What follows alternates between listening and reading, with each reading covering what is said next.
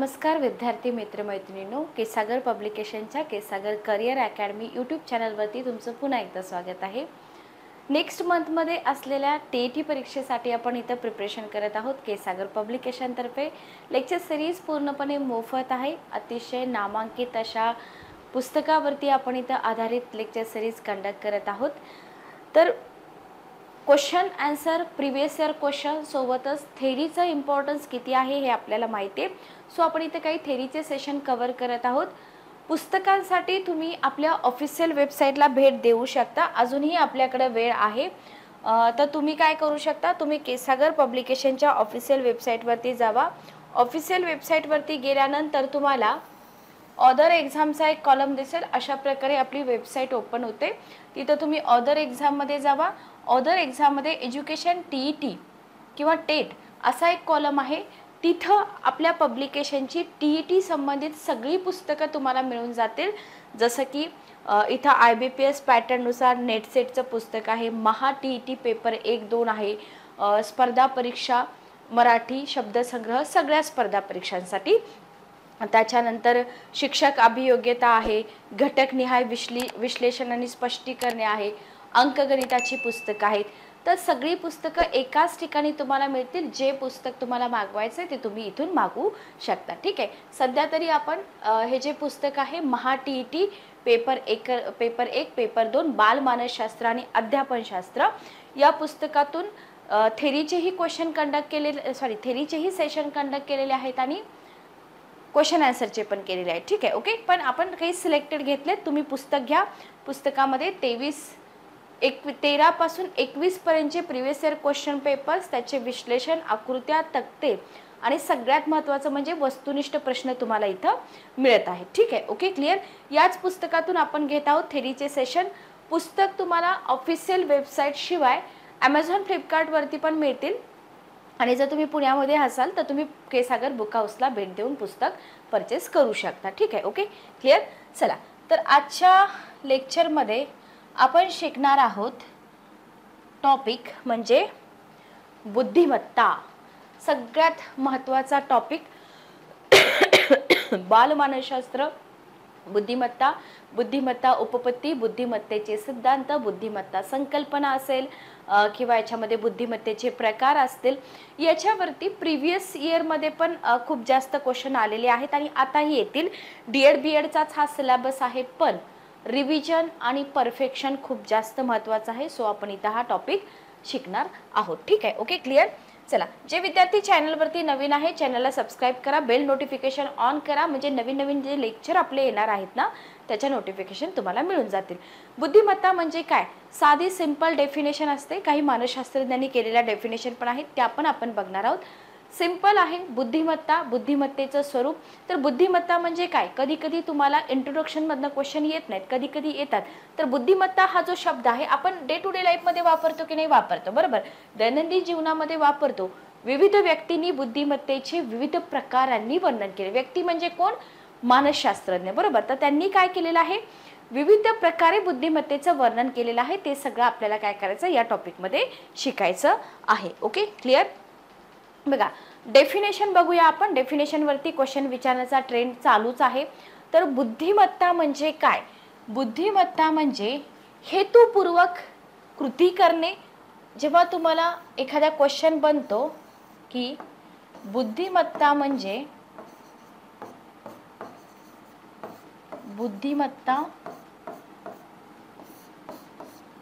म्हणजे dash dash, ठीक आहे, ओके। पहिला ऑप्शन असतो हा ऑप्शन तुमचा, हेतुपूर्वक कृती करणे। दुसरा ऑप्शन असतो तर्कपूर्ण विचार करणे, ओके। तिसरा ऑप्शन असतो परिस्थितीचं परिणामकारकपणे समायोजन करणे, ओके। आणि हे 3 ऑप्शन तुम्हाला दिलेले असतात। जर तुम्ही बुद्धिमत्ता संकल्पना, बुद्धिमत्तेचं स्वरूप आणि त्याच्या डेफिनेशन समजून घेतल्या असतील तर तुम्हाला लक्षात येईल की बुद्धिमत्ता म्हणजे काय, हेतुपूर्वक कृती करणे, तर्कपूर्ण विचार करणे, आपल्या परिस्थितीशी परिणामकारकपणे समायोजन करणं म्हणजे काय बुद्धिमत्ता. ठीक आहे, तर हीच डेफिनेशन तुम्हाला क्वेश्चन फॉर्मॅटमध्ये कशी विचारली जाऊ शकते ते मी तुम्हाला इथं सांगितले. Okay, clear. मग अशा व्यक्ती बुद्धिमान असतात. कोणत्या व्यक्ती बुद्धिमान असतात? किंवा आपल्या कामामध्ये निष्णात असतात. असं काम ज्याच्यामध्ये बघा, ज्या व्यक्ती हेतुपूर्वक कृती करतात, तर्कपूर्ण विचार करतात, आपल्या परिस्थितीशी परिणामकारकपणे समायोजन करतात, अशा व्यक्तींना आपण म्हणतो की या व्यक्ती बुद्धिमान आहेत. बरोबर. मग त्या व्यक्ती निष्णात असतात. लक्षात घ्या, कामामध्ये निष्णात असतात. असं काम, कोणत्या कामामध्ये? की असं काम जिथं तारतम्य, ज्याला आपण जजमेंट म्हणतो इंग्लिशमध्ये, अवधान, अटेन्शन, कारणमीमांसा, स्मरणशक्ती, शब्दसंचय इत्यादींचा वापर करावा लागतो. लक्षात घ्या, ज्या व्यक्ती हेतुपूर्वक कृती करतात, तर्कपूर्ण विचार करतात, आपल्या परिस्थितीशी परिणामकारकपणे समायोजन करतात, त्या व्यक्तींना आपण म्हणतो की हा व्यक्ती बुद्धिमान आहेत. आणि असा व्यक्ती त्याच्या कामामध्ये निष्णात असतो. तर त्या कामाचं वैशिष्ट्य काय असतं? म्हणजे तो जे काम करतोय तर त्या कामामध्ये तारतम्य पाहिजे, बरोबर, अवधान पाहिजे, कारणमीमांसा पाहिजे, स्मरणशक्ती लागते, शब्दसंचय लागतो, या सगळ्यांचा वापर करावा लागतो. आणि ज्या कामामध्ये या सगळ्यांचा वापर करावा लागतो असं काम कोणता व्यक्ती करू शकतो? जो बुद्धिमान आहे. लक्षात आलं? क्लिअर? समजलं बुद्धिमत्ता म्हणजे काय? तर हे सिंपल जेव्हा तुम्ही स्वरूप लक्षात घेता, म्हणजे काय माहिती का, मेन थीम जर तुम्ही त्या टॉपिकची समजून घेतली तर तुम्हाला कशाही प्रकारे क्वेश्चन विचारू द्या, उत्तर तिथं येतात. ठीक आहे, तर ही झाली बुद्धिमत्तेची व्याख्या. याच्यावरती क्वेश्चन कसे बनतात ते देखील मी इथं तुम्हाला एक्सप्लेन केलेलं आहे. Okay, clear. याच्यानंतर आपण बघितलं की वेगवेगळ्या मानसशास्त्रज्ञांनी बुद्धिमत्तेचे वेगवेगळे प्रकार केलेले आहेत, सोयी करता केलेले आहेत. ठीक आहे, ते काय असे परफेक्ट की हेच आहेत बाबा, याच्या पलीकडे नाहीत असं नाहीये, सोयी करता केलेले आहेत. तर सोयी करता त्यांनी काय केलेलं आहे? बुद्धिमत्ता 3 वर्गामध्ये विभागली. Okay, clear. लक्षात ठेवा, क्वेश्चन बनतो इथं पण की बुद्धिमत्ता किती वर्गामध्ये विभागली? 3 वर्गामध्ये विभागली. जसं की पहिला विभाग आहे अमूर्त बुद्धिमत्ता, दुसरा विभाग आहे यांत्रिक बुद्धिमत्ता, तिसरा आहे सामाजिक बुद्धिमत्ता. मेकॅनिकल इंटेलिजन्स, ॲब्स्ट्रॅक्ट इंटेलिजन्स आणि सोशल इंटेलिजन्स. Okay, clear. तर या 3 विभागामध्ये सोयी करता शास्त्रज्ञांनी काय केलं? बुद्धिमत्ता विभागली. आणि याच्यावरती पण आपल्याला क्वेश्चन बनू शकतात. Okay, clear. चला, बुद्धिमत्तेचे 3 प्रकार. ठीक आहे, ओके, क्लिअर. आता याच्यामध्ये 3 प्रकारामधला पहिला प्रकार आपण बघूया. अमूर्त बुद्धिमत्ता म्हणजे काय? क्लिअर. अमूर्त बुद्धिमत्ता म्हणजे काय? बघा, शब्द आहेत, समीकरणं आहेत, अंक आहेत, आकृत्या आहेत, या प्रकारच्या प्रतीकांना, बरोबर, शब्द, अंक, आकृत्या, त्याच्यानंतर समीकरणं, या प्रकारची जी प्रतीक आहेत ना, या प्रतीकांना आणि कल्पनांना समजून घेण्यासाठी कशाची गरज असते? याच्यासाठी गरज असते अमूर्त बुद्धिमत्तेची. Okay, clear. क्वेश्चन इथं पण बनतो, कोणत्या गोष्टींना किंवा कोणत्या बाबींना समजून घेण्यासाठी अमूर्त बुद्धिमत्तेची गरज असते? शब्द, आकृत्या, अंक, समीकरण, प्रतीक आणि कल्पना यांना समजून घेण्यासाठी गरज असते अमूर्त बुद्धिमत्तेची. ठीक आहे, ओके. अमूर्त बुद्धिमत्ता असलेली व्यक्ती प्रतीकांमधील नातं योग्य रीतीने समजून घेऊ शकते. ज्यांच्याकडे अमूर्त बुद्धिमत्ता आहे अशीच व्यक्ती काय करते? या प्रतीकांमधील आणि कल्पनामधील जे नाते आहे ना ते काय करू शकते? योग्य प्रकारे समजून घेऊ शकते. ठीक आहे, ओके. त्यामुळं समस्येची उकल ही करू शकते. जर ह्या प्रतीकांमधील, ह्या कल्पनांमधील नातं जर समजलं नाही त्या व्यक्तीला, बरोबर, तर समस्येची उकल तो व्यक्ती करू शकेल का? नाही करू शकणार, बरोबर. म्हणजे अमूर्त बुद्धिमत्ता असेल तरच तो व्यक्ती इथं समस्येची उकल करू शकतो.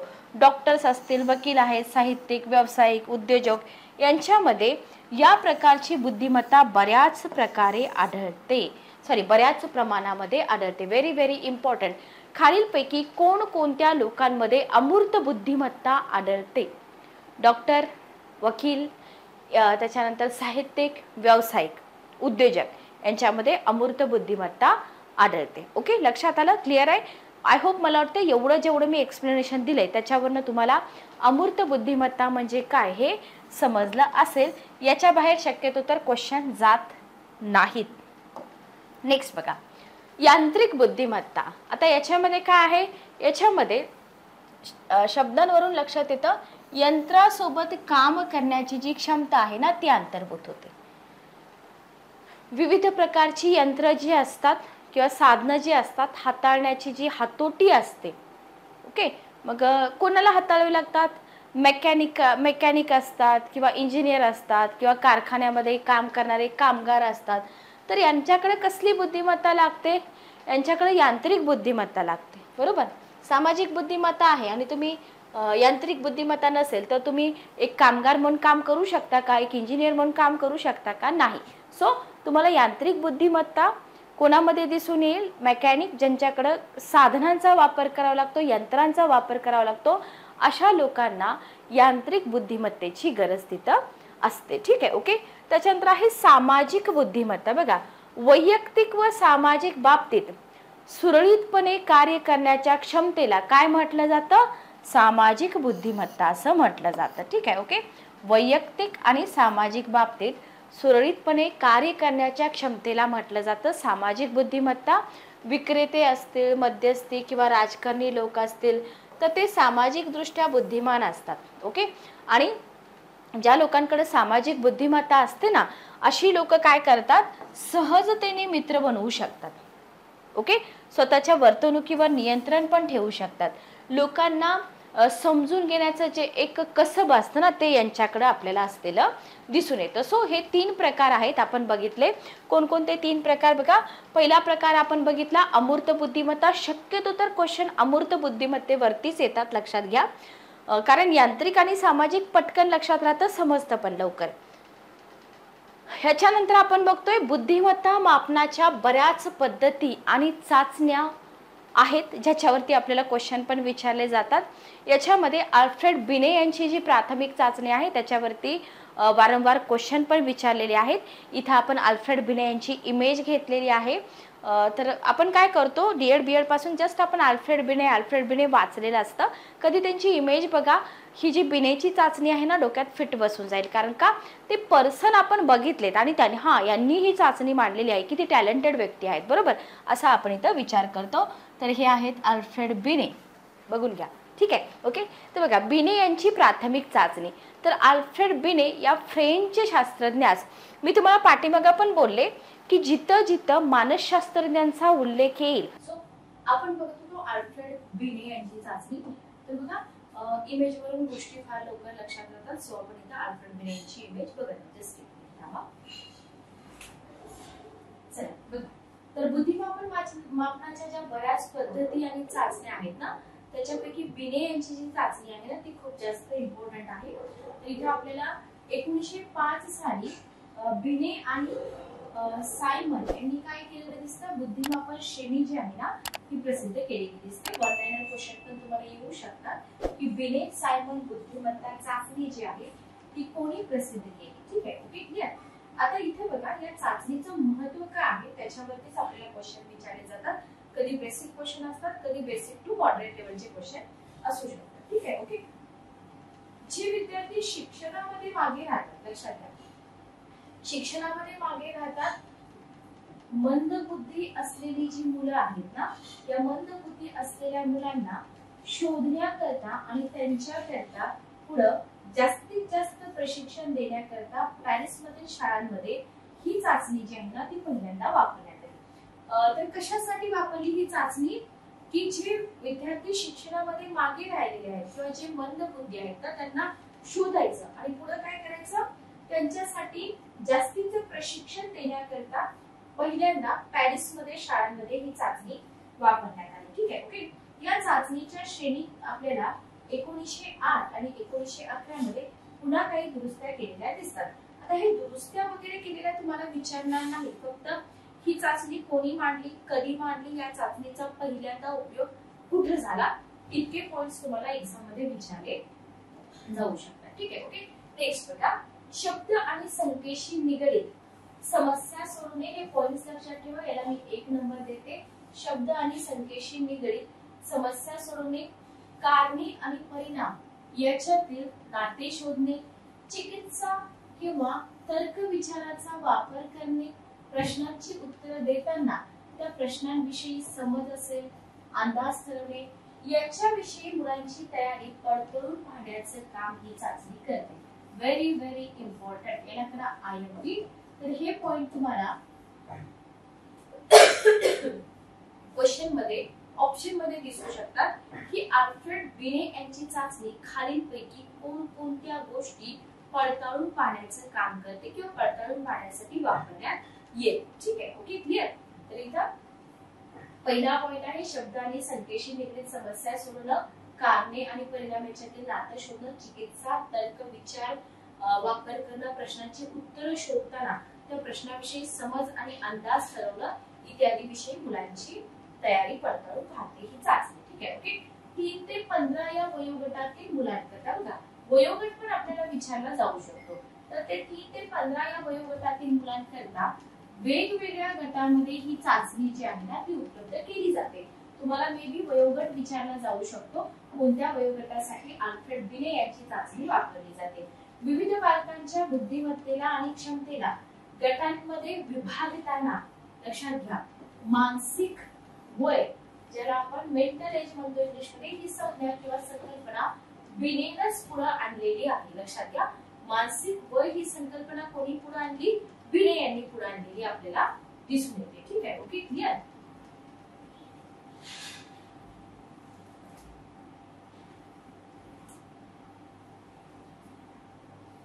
नेक्स्ट बघा, नेक्स्ट आपला मुद्दा आहे, पॉइंट लक्षात ठेवा. याच्यामध्ये बघा प्रौढांकरता बुद्धिमत्ता चाचणी.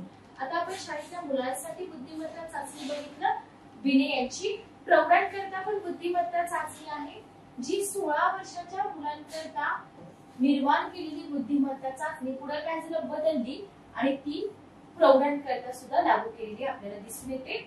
आता इथे काय गृहीत धरण्यात आलं की बुद्धिमत्तेची वाढ लक्षात घ्या 13 वर्षानंतर मंदावते आणि 16 वर्षानंतर पूर्णपणे थांबते. Very very important. लक्षात ठेवा की बुद्धिमत्तेची वाढ 13 वर्षानंतर मंदावते आणि 16 वर्षानंतर पूर्णपणे थांबते. हा मुद्दा आपल्याला लक्षात ठेवायचा आहे. Okay, clear. नेक्स्ट बघा, याच्यामध्ये तुम्हाला भाषिक चाचण्यांबद्दल पण क्वेश्चन येऊ शकतो. भाषिक चाचण्यांमध्ये तुम्हाला माहिती उपचाचणी, समजेची उपचाचणी, अंकांची उपचाचणी, समानत्वाची उपचाचणी आहे, त्याच्यानंतर गणिताची उपचाचणी आहे, शब्दसंपदा उपचाचणी आहे. या उपचाचण्या आणि नंतर अभाषिक किंवा कृतीशील चाचण्या आपल्याला लक्षात ठेवायच्या आहेत. ठीक आहे. Okay, clear. तर प्रौढांकरता बुद्धिमत्ता चाचणी तुम्हाला समजलं. भाषिक चाचण्यांमध्ये पहिली आहे माहितीची उपचाचणी. लक्षात घ्या, याच्यामध्ये सामान्य ज्ञान आणि माहिती तपासण्याकरिता काय केली जाते, जी चाचणी वापरली जाते त्याला म्हणतात माहितीची उपचाचणी. उदाहरणार्थ बघा, 1 फुटामध्ये किती इंच असतात. ठीक आहे. हे कशामध्ये येईल, माहितीच्या उपचाचणीमध्ये येईल. समजेची उपचाचणी, सर्वसामान्य समज तपासण्याकरिता. उदाहरणार्थ सर्वसामान्य समज एक्झाम्पल तुम्ही घेऊ शकता की नाणी धातूचीच का बनवतात. ओके, लक्षात आलं. त्याच्यानंतर आहे अंकांची उपचाचणी. बघा, अंकांची मालिका जी असते ना पुन्हा पुन्हा तपासण्यासाठी याच्यामध्ये शतकापासून ते 10 कोटीपर्यंत कोणतेही अंक सरळ किंवा उलट्या क्रमाने शफल करून सांगणं इत्यादींचा समावेश होतो. नावावरून लक्षात येतं. उदाहरणार्थ शिक्षकाने जर म्हटलं 8 4 3 तर ते विद्यार्थ्यांनी उलट्या क्रमाने सांगायचं 3 4 8 अशा प्रकारे. ओके. त्याच्यानंतर आहे समानत्वाची उपचाचणी. ही जी चाचणी आहे ही चाचणी थोडीशी इम्पॉर्टंट आहे. समानत्वाची उपचाचणी, गणिताची उपचाचणी, तर्क विचार तपासण्यासाठी या चाचणीमध्ये 10 समस्या दिल्या जातात, कठीण स्वरूपाच्या होत जातात. त्याला म्हणतात गणिताची उपचाचणी. तुम्ही फक्त बुलेट पॉइंट लक्षात ठेवा. एक्सप्लेनेशन म्हणजे स्पेसिफिक एखाद्या उपचाचणीवरती क्वेश्चन विचारणार नाही. बिनेची उपचाचणी मात्र तुम्हाला डिटेल मध्ये विचारली जाऊ शकते. ठीक आहे. Okay, clear. त्याच्यानंतर आहे शब्द संपदा उपचाचणी. इथे बघा, इथं व्होकॅब्युलरी तपासली जाते. शब्द संपदा बुद्धिमत्तेचे एक विश्वासाने परिणाम समजलं जातं. त्याच्यामुळं शब्द संपदा उपचाचणी ही सुद्धा उपचाचणी महत्वाची आहे. Okay, clear. याच्यानंतर येतात अभाषिक किंवा कृतीशील चाचण्या. लक्षात घ्या, याच्यानंतर आपण बघतोय अभाषिक किंवा कृतीशील चाचण्या. याच्यामध्ये बघा चित्र व्यवस्थापन उपचाचणी आहे, चित्र पूर्ण करणे उपचाचणी आहे, वस्तू एकत्रीकरण आहे, अंक प्रतीक चिन्हे उपचाचणी आहे. आता हे कंटेंट सगळ्याच पुस्तकामध्ये मिळत नाही, पण सिलेबसचा भाग आहे, क्वेश्चन इथून पडतात आणि मग आपल्याला वाटतं की आणि आउट ऑफ सिलेबस क्वेश्चन आला किंवा हा पार्ट आपण केलाच नव्हता. तर इथे टोटल किती झाल्या? 4 झाल्या. त्याच्यानंतर बुद्धिमत्तेचे सिद्धांत आपण बघणार, इथे आपल्या चाचण्या संपतात. तर चित्र व्यवस्थापन उपचाचणी जर आपण बघितलं तर याच्यामध्ये काही चित्रांचा समूह असतो नावाप्रमाणे बघा, आणि तो जेव्हा एकानंतर एक या क्रमाने लावला जातो तेव्हा काय होते? एक कथा तयार होते, एक कथा कथन होतं. याला म्हटलं जातं चित्राचं व्यवस्थापन उपचाचणी. ठीक आहे, ओके. विद्यार्थी फार इंटरेस्ट न या चाचण्या पूर्ण करतात. चित्र पूर्ण करणे उपचाचणी. एक चित्रमालिका व्यक्तीस दिली जाते, प्रत्येक चित्रामधील काही भाग मुद्दाम काय केला जातो? वगळला जातो. ठीक आहे, वगळला असतो आणि व्यक्तीने तो भाग ओळखायचा असतो. ही चाचणी बुद्धिमत्तेतील उणेपणा सहज दाखवते. डॅश डॅश ही चाचणी बुद्धिमत्तेतील उणेपणा दाखवते. चित्र व्यवस्थापन, चित्र पूर्ण करणे, वस्तू एकत्रीकरण. उत्तर काय असेल? चित्र पूर्ण करणे बुद्धिमत्तेमधील उणेपणा सहज दाखवते. ओके. त्याच्यानंतर आहे वस्तू एकत्रीकरण उपचाचणी. याच्यामध्ये बघा 3 जिगसॉ कोड दिलेले. जिगसॉ फिट म्हणजे आपण जे खेळताना वगैरे वापरतो ते प्रत्येक वेळी आकार अधिकाधिक कठीण होत जातात आणि एका वेळी एक असं कोड सोडवायचं असतं. बरेच पझल्स असे मिळतात मार्केटमध्ये विद्यार्थ्यांच्या ब्रेन डेव्हलपमेंटसाठी. तर हे आहे वस्तू एकत्रीकरण. त्याच्यानंतर आहे अंक प्रतीक चिन्हे उपचाचण्या. बघा या चाचणीमध्ये एका प्रतीक चिन्हाशी एका अंकाची सांगड घालायची असते आणि याच्यामध्ये ठरवलेल्या संकेत चिन्हाचा वापर करून ही सांगड आपल्याला घालायची असते. याला आपण म्हणतो अंक प्रतीक चिन्हे उपचाचणी. तर या कसल्या चाचण्या आहेत? या भाषिक आहेत का? नाही, या अभाषिक आहेत आणि कृतीशील आहेत. याच्यामध्ये प्रत्येक ठिकाणी तुम्हाला कृती करावी लागते. लक्षात आलं? म्हणून आपण यांना काय म्हणतो? कृतीशील चाचण्या असं म्हणतो. नेक्स्ट बघा, सॉरी, नेक्स्ट आपण बघतोय बुद्धिमत्तेचे सिद्धांत. व्हेरी व्हेरी व्हेरी इम्पॉर्टंट, ज्याच्यावरती क्वेश्चन विचारतात. जसं बिनेची चाचणी महत्वाची आहे तसंच बुद्धिमत्तेचे सिद्धांत पण महत्वाचे आहेत. स्पियरमनचा द्विघटक सिद्धांत पण तुम्ही बेसिक न करता म्हणजे बुद्धिमत्ता म्हणजे काय, भाषिक चाचण्या काय आहेत, बिनेची चाचणी काय आहे, हे सगळं स्किप करून जर डायरेक्ट तुम्ही स्पियरमनचा सिद्धांत करत असाल आणि तो तुम्ही खूप परफेक्ट केलाय पण क्वेश्चन आलाय भाषिक चाचण्यामध्ये तर प्रॉब्लेम येऊ शकतो. म्हणजे कोणताही टॉपिक तुम्ही एका सिक्वेन्सली कंप्लीट करा. ठीक आहे, ओके. तर इथं आपण सुरुवातीला बघतोय स्पियरमनचा द्विघटक सिद्धांत. काय आहे स्पियरमनचा द्विघटक सिद्धांत? आता नावावरून तर लक्षात येतं की हा सिद्धांत स्पियरमन यांनी मांडला, 1904 मध्ये मांडला. पण या सिद्धांताचं वैशिष्ट्य काय आहे? तर या सिद्धांतानुसार बघा स्पियरमन हे ब्रिटिश मानसशास्त्रज्ञ होते, लक्षात ठेवा बरं का. तर इथं हा सिद्धांत काय सांगतो की बुद्धीच्या प्रत्येक कार्यात 2 घटकाची उपस्थिती असते. द्विघटक म्हटलेला आहे, बरोबर. तर बुद्धीच्या प्रत्येक कार्यामध्ये किती घटकांची? 2 घटकांची उपस्थिती असते. म्हणूनच या सिद्धांताला द्विघटक सिद्धांत म्हटलेला आहे. आणि स्पियरमनने या 2 घटकांना जी घटक आणि एस घटक असं म्हटलेलं आहे. इथपर्यंत क्लिअर? याला द्विघटकच का म्हटलं जातं? तर ते काय बोलतात की किंवा हा सिद्धांत काय बोलतो की बुद्धीचं जे कार्य आहे प्रत्येक कार्यामध्ये 2 घटक उपस्थित असतात. त्यांनी 2 घटकाला नावं दिली, जी घटक आणि एस घटक. Okay, clear? आता याच्यातील जी घटक हा आंतरिक असतो, तुम्हाला देते जी घटक हा बाह्य असतो, बरोबर. तर जी घटक हा आंतरिक असतो तो शिक्षणाने आणता येत नाही. लक्षात घ्या, या सर्वसाधारण बौद्धिक शक्ती असं म्हणतात. स्पियरमनच्या द्विघटक सिद्धांतातील कोणत्या घटकाला बौद्धिक शक्ती असं म्हणतात? असा सुद्धा साधा सिंपल क्वेश्चन बनवू शकतो. आणि जो एस घटक असतो ना, हा एस घटक जी घटकानं प्रेरित असतो. लक्षात ठेवा, एस घटक हा जी घटकानं प्रेरित असतो आणि शिक्षण आणि प्रशिक्षणानं प्रभावित असतो. हा घटक मात्र शिक्षणाला आणता येत नाही. लक्षात आलं? स्पियरमनचा द्विघटक सिद्धांत काय आहे?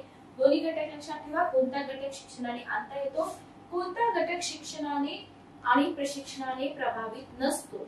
जी आणि यस दोन्ही घटक लक्षात ठेवा. ठीक आहे. Okay clear. नेक्स्ट बघा, स्पियरमनच्या या सिद्धांताने काय स्पष्ट केलं की बौद्धिक कार्य एकमेकांना थोड्या अधिक प्रमाणामध्ये प्रेरित करतात. लक्षात ठेवा स्पियरमनचा सिद्धांत काय सांगतो. द्विघटक सिद्धांत या सगळ्याच बाबतीत लागू होतो. प्रत्येक बौद्धिक कार्य जी आणि एस घटकानुसार, जी आणि एस घटकानुसार म्हणजे काय, जे शिक्षणाला प्रभावित होते, जे शिक्षण आणि प्रशिक्षणाला प्रभावित होत नाही, हे काय डोक्यात ठेवा. ओके. काही स्वप्रेरित आणि काही अंशी प्रशिक्षणाने आत्मसात झालेले असते. बरोबर. अशा प्रत्येक बाबतीला ते लागू होतो. एखादी विद्यार्थी एक्झाम्पल बघा,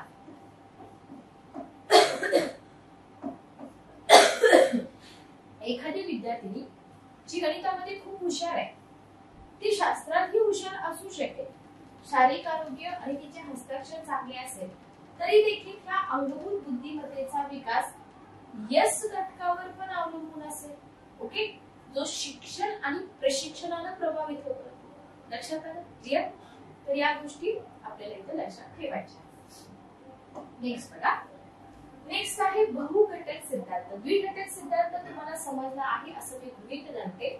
बहुघटक सिद्धांत काय आहे, कोणी मांडला, थॉमसन या शास्त्रज्ञाने मांडला द्विघटक सिद्धांत. जोड्या लावामध्ये फिल इन द ब्लँक्स मध्ये विचारलं जाऊ शकतं.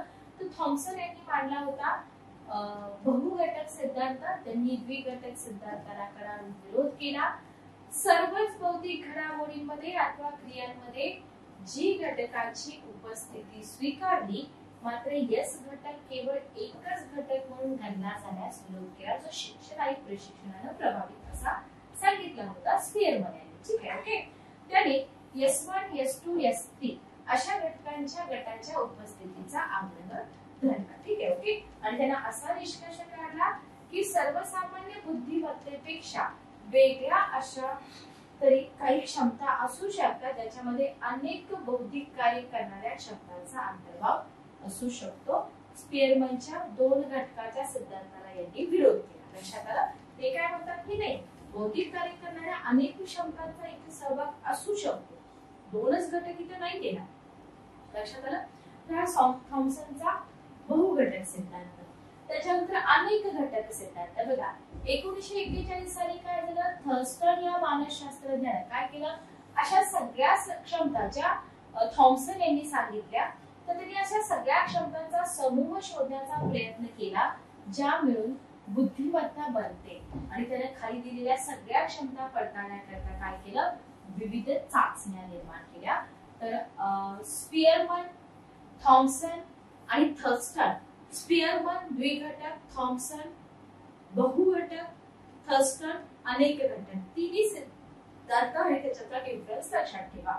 या ज्या चाचण्या आहेत ना थर्स्टन यांनी निर्माण केली, त्याच्यामध्ये भाषिक समज, जिथं बोली भाषेची गरज समज, त्याने शब्दभंडाराची चाचणी म्हटले, शाब्दिक कुशलता, शब्दांचा भरभर विचार करणे, अक्षरांची उलटापालट करून शब्द बनवणे, यमक जुळवणे, अंक, गणित आणि मोजणी, अवकाश विषयक रचना करणे, चित्र काढणे. अवकाश विषयक मध्ये काय येतं तेवढं लक्षात ठेवा बरं का. दृश्य आकारातील नातं शोधणं, स्मरणशक्ती, आठवणी आणि स्मृती, ग्रहणशीलतेची गती, ज्याच्यामध्ये बारकाव्यांचं ग्रहण करणं, दोन चित्रातील फरक ओळखणं, तर्क विचार, योग्य उत्तर शोधणं. या चाचण्या कोणी निर्माण केल्या, थर्स्टन यांनी निर्माण केल्या. ठीक आहे. ओके. नेक्स्ट बघा. नेक्स्ट तुम्हाला इथं आपल्या तीन सिद्धांत संपतात. त्याच्यानंतर तुम्हाला इथं IQ रेंज, लोकसंख्येतील प्रमाणाने वर्गीकरण दिलेलं आहे. हे थोडंसं एक्स्ट्रा कंटेंट मी घेतलं आहे. लक्षात ठेवा, एखादा क्वेश्चन बनू शकतो.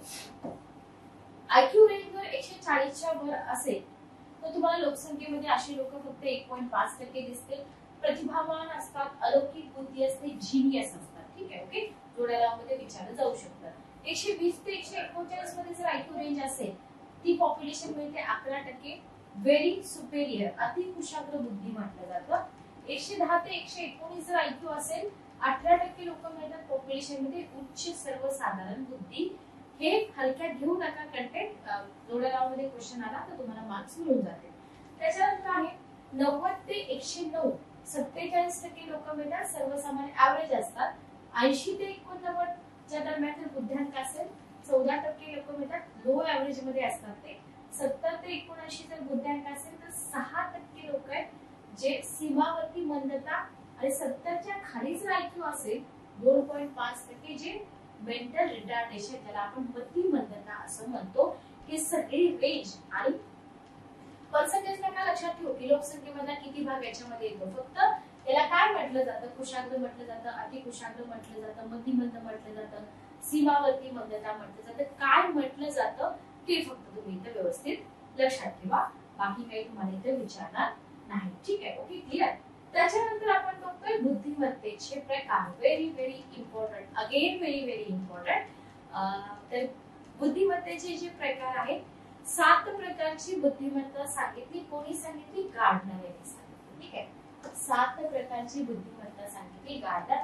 मल्टिपल इंटेलिजन्स इथे तुम्हाला इमेज दिसत आहे. ठीक आहे, picture smart, self smart, nature smart, logic, word, people, music, body. ठीक आहे, म्युझिकल, व्हिज्युअल, त्याच्यानंतर आहे मॅथमॅटिकल, लिंग्विस्टिक आहे, त्याच्यानंतर इंटरपर्सनल आहे. ठीक आहे, ओके.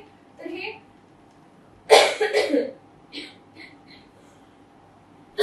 मल्टिपल इंटेलिजन्स आपल्याला दिसत आहे. तर आपल्याला इथे लक्षात काय ठेवायचं आहे, गार्डनर हे जे मानसशास्त्रज्ञ होते ना त्यांनी 7 प्रकारची बुद्धिमत्ता सांगितली. ओके, ज्याच्यामध्ये भाषिक बुद्धिमत्ता आणि बुलेट पॉइंट लक्षात ठेवा, संगीत विषयक बुद्धिमत्ता, त्याच्यानंतर आहे अंक तर्क क्षमता विषयक बुद्धिमत्ता, अवकाश विषयक बुद्धिमत्ता, शारीरिक गतिजन्य विषयक बुद्धिमत्ता, परस्पर संबंधातील बुद्धिमत्ता, स्वसमज बुद्धिमत्ता. आणि याच्यानंतर आपण बघणार आहोत डॅनियल गोलमनची भावनिक बुद्धिमत्तेविषयक उपपत्ती. Okay, clear. चला बघा, आपण बघूया गार्डनर यांनी सांगितलेली 7 प्रकारची बुद्धिमत्ता. जस्ट 1 मिनिट थांबा.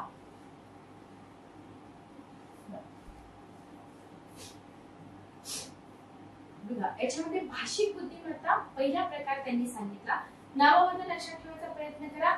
शब्द शिकण्याची आणि समजण्याची क्षमता, समृद्ध भाषा, व्याकरण, भाषेचा वापर म्हणजे भाषिक बुद्धिमत्ता. बरोबर, कुणाकडे असते? कवी, लेखक, पत्रकार यांच्यामध्ये ही बुद्धिमत्ता तुम्हाला जास्त दिसते. क्वेश्चन काय म्हणतो, भाषिक बुद्धिमत्ता खालील लोकांमध्ये जास्त दिसते. ऑप्शन असतो लेखक, पत्रकार, कवी. ओके. संगीत विषयक बुद्धिमत्ता, संगीत ओळखणं, संगीत समजून घेणं, संगीत निर्माण करणं, जी क्षमता तिथे लागते त्याला आपण म्हणतो संगीत विषयक बुद्धिमत्ता. म्हणजे एखादं वाद्य वाजवणं, संगीत देणं, चाली देणं, बरोबर, संगीत दिग्दर्शन करणं, याच्याकरता कसली बुद्धिमत्ता लागते? संगीत विषयक बुद्धिमत्ता आपल्याला लागलेली दिसून येते. अंक आणि तर्क क्षमता विषयक बुद्धिमत्ता, तर्क समजून घेणं, त्याच्याविषयी जाणीव असणं, अंकामधील जादू समजून घेणं, या स्तराची जी क्षमता असते याला आपण म्हणतो अंक आणि तर्क विषयक बुद्धिमत्ता. तर्क, विचार आणि गणित चांगलं असतं अशा लोकांचं. अवकाश विषयक बुद्धिमत्ता, बघा थोडंसं जिथं नाव डिफिकल्ट आहे ते तुम्ही लक्षात ठेवा. दृश्य अवकाशाची समज असणं म्हणजे अवकाश विषयक बुद्धिमत्ता. इथं दिशांचं ज्ञान, त्रिमित आकलन, पुतळ्यांची निर्मिती करणं याच्यासाठी जी बुद्धिमत्ता लागते किंवा क्षमता लागते. वास्तुविशारद असते, नावाडी, मूर्तिकार या व्यक्तीमध्ये अशा प्रकारची जी बुद्धिमत्ता असते मुबलक असते. लक्षात ठेवा. ठीक आहे, ओके. शारीरिक आणि गतिजन्यता विषयक बुद्धिमत्ता, बघा शारीरिक हालचालींवर योग्य नियंत्रण, वस्तूंची योग्य हाताळणी, गतिमान शारीरिक हालचाली इत्यादींचा समावेश या प्रकारच्या बुद्धिमत्तेमध्ये होतो. शारीरिक गतिजन्यता विषयक बुद्धिमत्ता. ओके. आणि स्नायूंवरील नियंत्रण, जलद हालचाली, लालित्यपूर्ण हालचाली, शरीराचा तोल याच्यामध्ये शारीरिक गतिजन्य बुद्धिमत्तेचा पडताळा येतो. आता याच्यामध्ये कोणाकडे असते ही बुद्धिमत्ता? सिंपल आहे ना, खेळाडू, नृत्यांगना, चांगलं हस्ताक्षर, त्याच्यानंतर चेहऱ्यावर हावभाव उमटणं, तर ही शारीरिक आणि गतिजन्यता विषयक बुद्धिमत्ता आपल्याला दिसून येते. ठीक आहे, ओके, क्लिअर. टेक्स्ट बघा, परस्पर संबंधातील बुद्धिमत्ता, बघा सामाजिक बुद्धिमत्ता, जे मी तुम्हाला इमेज दाखवली होती. लोक जे आहेत ना त्या लोकांचा मनोव्यापार ओळखणे, लोकांची मनस्थिती जाणून घेणे, स्वभाव ओळखणे. बघा काही लोक असे असतात की ज्यांना माणसं ओळखता येत नाही, बरोबर, समजत नाही आपल्याला, त्यांचा स्वभाव मनस्थिती आपल्याला समजत नाही. इच्छा आकांक्षा जाणणे आणि त्याच्यानुसार काय करायचं असतं तर आपल्याला प्रतिसाद द्यायचा असतो. ठीक आहे, याच्याकरता कसली बुद्धिमत्ता लागते? परस्पर संबंधातील बुद्धिमत्ता. आणि अशा प्रकारची बुद्धिमत्ता असणाऱ्या व्यक्ती इतरांशी चांगले संबंध प्रस्थापित करू शकतात, इतरांना समजू शकतात, त्यांच्याशी सुसंवाद साधू शकतात. चांगले विक्रेते, उद्योजक, उपचार तज्ञ यांच्यामध्ये ही जी बुद्धिमत्ता असते ना, ही बुद्धिमत्ता विपुल प्रमाणामध्ये आढळते. त्याच्यानंतर आहे आपली 7वा प्रकार बुद्धिमत्तेचा स्वसमज बुद्धिमत्ता. इथं स्वतःची बलस्थानं ओळखली, स्वतःच्या इच्छा, बुद्धिमत्ता, वर्तणुकीविषयक योग्य समज असणं, याला आपण म्हणतो स्वसमज बुद्धिमत्ता. तर गार्डनरने सांगितलेले हे 7 बुद्धिमत्तेचे प्रकार समजले का? कमेंट करून मला सांगा. ओके, इमेज लक्षात ठेवा, इमेजचा स्क्रीनशॉट काढून घ्या जेणेकरून तुम्हाला लक्षात राहील. पुस्तक असेल तर बेस्टच आहे, पुस्तकामधून रिव्हिजन करू शकता. Okay, clear. याच्यानंतर आहे डॅनियल गोलमनची भावनिक बुद्धिमत्तेविषयी उपपत्ती. आता डॅनियल गोलमनची जी उपपत्ती आहे ना, ती उपपत्ती पण खूप इम्पॉर्टंट आहे, एक्झाम मध्ये वारंवार विचारली पण जाते. ज्याच्यामध्ये तुम्हाला सॅडनेस, इथे इमेज दाखवली बघा मी, फिअर, त्याच्यानंतर अँगर. आता तुम्ही म्हणाल की मॅडम याच्यावरती क्वेश्चन नक्की कशी विचारली जाते?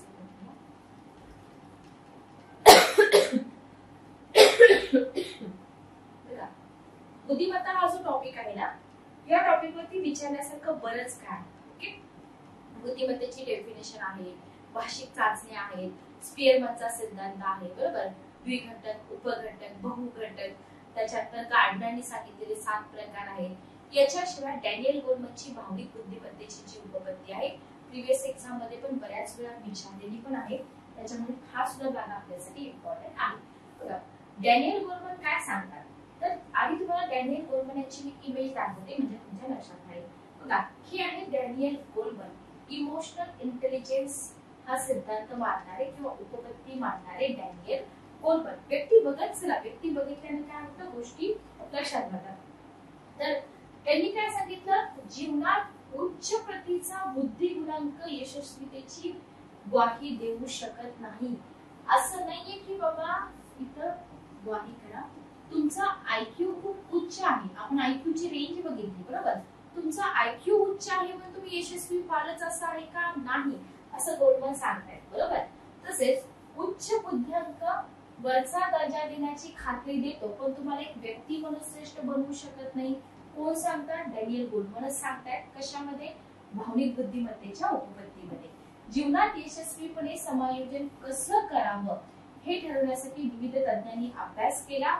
आपलं जीवन यशस्वी झालंय हे कसं ठरवायचं, बरोबर, या प्रश्नाचं उत्तर देऊ शकणारी भावनिक बुद्धिमत्ता. बघा, कोणता प्रश्न आहे? आपलं जीवन कसं यशस्वी झालं या क्वेश्चनचा आन्सर देणारी भावनिक बुद्धिमत्ता ही जी संकल्पना आहे, ही संकल्पना डॅनियल गोलमन यांनी कधी मांडली? 1995 मध्ये मांडलेली दिसून येते.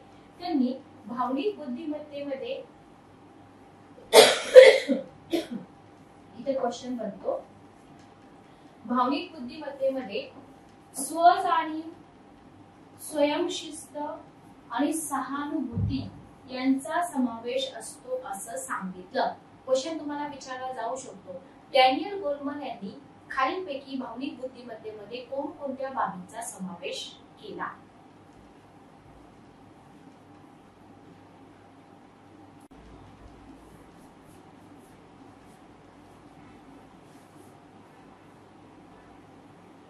बघा, भावनिक बुद्धिमत्तेमध्ये कोणकोणत्या बाबींचा समावेश होतो असा एखादा सिंपल क्वेश्चन आपल्याला इथे विचारला जाऊ शकतो. स्वजाणीव, स्वयंशिस्त, सहानुभूती, तर हे आहे डॅनियल गोलमन यांची उपपत्ती. डॅनियल गोलमन यांची इमेज पण मी तुम्हाला दाखवली. भावनिक बुद्धिमत्ता म्हणजे काय? डेफिनेशन अगोदर बघून घ्या की भावनिक बुद्धिमत्ता म्हणजे काय. बघा, भावनिक बुद्धिमत्ता किंवा भावनिक गुणांक या संज्ञा बऱ्याच वेळा समान अर्थाने प्रयोगात आणल्या जातात. ठीक आहे, तर भावनिक बुद्धिमत्ता किंवा भावनिक गुणांक. मग भावनिक बुद्धिमत्तेचा जो संबंध आहे तो व्यक्तीच्या स्थानाशी येतो, म्हणजे त्याचे कुटुंबातील स्थान, समाजातील स्थान, संघटनेतील कामाचे स्थान. ओके, लक्षात ठेवा. याच्यामध्ये डॅनियल गोलमन यांनी काय व्याख्या केली बघा, जी आपल्याला एक्झाम मध्ये विचारली जाऊ शकते, की आपल्या नातेसंबंधात आणि आपल्या भावनांचे व्यवस्थापन करण्यासाठी, स्वतःला प्रेरणा देण्याकरता, स्वतःच्या आणि इतरांच्या भावना ओळखण्यासाठी जी क्षमता असते तिला आपण काय म्हणतो, भावनिक बुद्धिमत्ता. सोपं आहे. आपल्या कुटुंबामध्ये, आपल्या नातेवाईकांमध्ये आपण आपल्या भावनांचं व्यवस्थापन, स्वतःला प्रेरणा, इतरांच्या भावना ओळखणं, या सगळ्यांचा उल्लेख डॅनियल गोलमन यांनी त्यांच्या डेफिनेशन मध्ये केलेला आहे. थोडक्यात काय माहिती का, एकापेक्षा दुसऱ्या व्यक्तीचा वेगळेपणा दाखवण्याची जी क्षमता आहे. असं नाही की प्रत्येक व्यक्तीला त्याच्या भावनांचं व्यवस्थापन करता येईल, प्रत्येक व्यक्तीला समोरच्याची भावना समजून घेता येईल. त्याच्यामुळे पर्सन टू पर्सन आपण इथे काय म्हणतो, वेगळेपणा दाखवणं, हे काम कोण करतं, उच्च क्षमतेचा गट म्हणजे भावनिक बुद्धिमत्ता. बरोबर. डॅनियल गोलमन यांची व्याख्या लक्षात ठेवा. त्याच्यानंतर रॉबर्ट कूपर यांची एक व्याख्या आहे, मनुष्यबळ, माहिती, विश्वास, सृजनशीलता यांचं मूळ असणाऱ्या भावनांच्या शक्ती व कुशलतेचा परिणामकारक उपयोग करणं, ती समजणं, याची जाणीव असणं, याची क्षमता म्हणजे भावनिक बुद्धिमत्ता. तिन्हीपैकी डॅनियल गोलमन यांची डेफिनेशन विचारली जाण्याची शक्यता जास्त आहे. त्याच्यानंतर आहे दलीप सिंग यांची डेफिनेशन, तात्कालिक वातावरण आणि आतून बाहेर येणाऱ्या भावनिक उत्तेजनाच्या अफाट वैविध्याला यशस्वीपणे आणि योग्य तऱ्हेने उत्तर देण्यासाठी जी असणारी वैयक्तिक क्षमता आहे त्याला म्हटले भावनिक बुद्धिमत्ता. ठीक आहे. तर कोणाच्या डेफिनेशन मध्ये कोणते वर्ड्स वापरले ते लक्षात ठेवा, पण जास्त भर असू द्या गोलमन यांच्या डेफिनेशन मध्ये. ठीक आहे. Okay, clear. नेक्स्ट बघा, भावनिक बुद्धिमत्तेचे जे घटक आहेत डॅनियल गोलमन यांनी सुचवलेले किती आहेत, 5 मुख्य घटक आहेत. याच्यामध्ये पहिला घटक आहे स्वतःच्या भावनांची माहिती असणे. बघा, पहिला घटक आहे इथं स्वतःच्या ज्या भावना आहेत ना, तर त्या स्वतःच्या भावनांची माहिती असणे, हा पहिला घटक आहे. त्याच्यानंतर पुढचा घटक आहे काही व्यक्तींना भावनांची जी जाणीव असते ना, ती भावनांची जाणीव कशी असते, चांगल्या प्रकारे असते. ठीक आहे. ओके, जाणीव चांगल्या प्रकारे असते, तर काहींना अजिबात नसते. आता तुम्ही स्वतःहून ओळखून घ्या. ओके, आपल्याला आपल्या भावनांची जाणीव असते, काहींना नसते. त्याच्यामुळं आंतरवैयक्तिक संबंध जोडताना त्याचा परिणाम होतो. म्हणून व्यक्तीला स्वतःच्या ज्या भावना आहेत त्या भावनांची माहिती असणं, एकच मिनिट थांबा, खूप जास्त गरजेचं आहे. ओके, आपल्या भावना काय आहेत तेच आपल्याला माहित नसेल तर अवघड होतं. स्वयंप्रेरणा. बघा, व्यक्तीला विशिष्ट वर्तन प्रवृत्त करणारी शक्ती, स्वतःची प्रेरणा. बरोबर. व्यक्तीला अनुभवाने स्वतःला प्रेरित करावं लागतं, स्वतः पुढाकार घेऊन उपलब्ध परिस्थितीत काय करता येईल असं म्हटलं जातं ना, की सेल्फ मोटिवेशन खूप इम्पॉर्टंट असतं. मोटिवेशन साठी प्रत्येक वेळेस इतर गोष्टींची गरज नसते. ठीक आहे. तर इथं याचा शोध घेण्यासाठी स्वयंप्रेरणा गरजेची असते. आपल्याला इथे काय लक्षात ठेवायचं, 5 मुख्य घटक. पहिला घटक आहे स्वतःच्या भावनांची माहिती, दुसरा घटक आहे स्वयंप्रेरणा, तिसरा घटक आहे इतरांच्या भावनांचं आकलन आणि प्रभाव.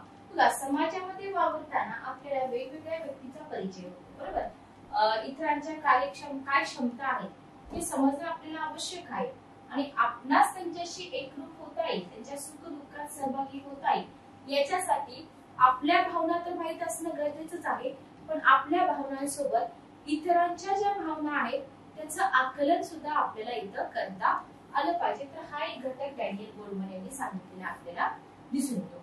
नेक्स्ट बघा, आत्मनियमन किंवा सेल्फ रेग्युलेशन.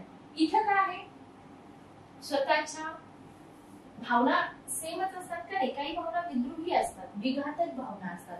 या विद्रोही विघातक भावनांवर नियंत्रण ठेवायचंय, सुयोग्य पद्धतीने भावनांची हाताळणी करायची, नैराश्यातून बाहेर पडायचंय, कोणताही निर्णय सतत विवेक बुद्धीनं घ्यायचा आहे. ओके, जी प्राप्त परिस्थिती आहे त्याच्याशी जुळवून घ्यायचा आहे. या सगळ्या बाबी कशामध्ये येतात, आत्मनियमन मध्ये, सेल्फ रेग्युलेशन मध्ये येतात. आणि इथं या घटकामध्ये आत्मनियंत्रण, विश्वासार्हता, जबाबदारीची जाणीव, अनुकूलन क्षमता आणि नवोपक्रमशीलता या 5 उपघटकांचा अंतर्भाव होतो. तर तुम्हाला इतका डीप मध्ये क्वेश्चन नाही विचारणार की आत्मनियमन या घटकामध्ये पुन्हा कोणत्या उपघटकाचा समावेश होतो? डॅनियल गोलमनचे 5 घटक तुम्हाला विचारले जाऊ शकतात. इथे आपण एक्सप्लेन करून पण सांगतोय, असं नाही की आपण फक्त बुलेट पॉइंट बघतोय. ठीक आहे, ओके. त्याच्यात आहे समानुभूती, एम्पॅथी म्हणतो आपण यांना. त्याच्यामध्ये इतरांच्या भावना, संवेदना समजून घेणं, त्याच्याबद्दल जाणीव असणं, एखाद्या प्रसंगामध्ये इतरांच्या दृष्टीनं पाहता येणं किंवा त्या दृष्टीनं विचार करता येणं, समाजातील विविध प्रकारच्या भिन्नतेची जाणीव होणं, या सगळ्या गोष्टींचा समावेश कशामध्ये येतो? एम्पॅथीमध्ये होतो, बरोबर. आणि या घटकामध्ये इतरांचं आकलन, सेवाभावाचा उद्गम, वैविध्याचा समतोल, इतरांचा विकास आणि राजकीय भान हे 5 उपघटक. म्हणजे डॅनियल गोलमन यांनी सांगितलेले 5 घटक आहेत. त्या 5 घटकापैकी 2 घटक आत्मनियमन आणि एम्पॅथी याचे पुन्हा 5 टाईप म्हणतात, जे की इतकं डीप मध्ये जाण्याची आपल्याला गरज नाही. ठीक आहे, ओके, क्लिअर. नेक्स्ट बघा, नेक्स्ट आहे सामाजिक कौशल्य, स्पेशल स्किल. याच्यामध्ये बघा, या घटकांतर्गत निकोप आणि निरोगी जीवन सगळ्या कौशल्याचा समावेश होतो. निकोप आणि निरोगी जीवनासाठी उदाहरणार्थ समाजातील विविध प्रसंग, घटना यांची अचूकपणे जाणीव, नातेवाईक, समाजातील अन्य व्यक्तींबरोबर सुरळीत संबंध, परिणामकारकपणे संप्रेषण, मन वळवण्याची तंत्र, श्रवण कौशल्य. ओके, तर या सगळ्यांचा समावेश याच्यामध्ये येतो. कशामध्ये? सामाजिक कौशल्य. याच्यामध्ये प्रभाव, संघर्ष, व्यवस्थापन, नेतृत्व, समाज परिवर्तन, उत्प्रेरक आणि संप्रेषण हे 5 उपघटक. म्हणजे डॅनियल गोलमननी सांगितलेले 5 घटक आहेत, त्यातल्या 3 घटकामध्ये पुन्हा 5 उपघटक येतात. Okay, clear.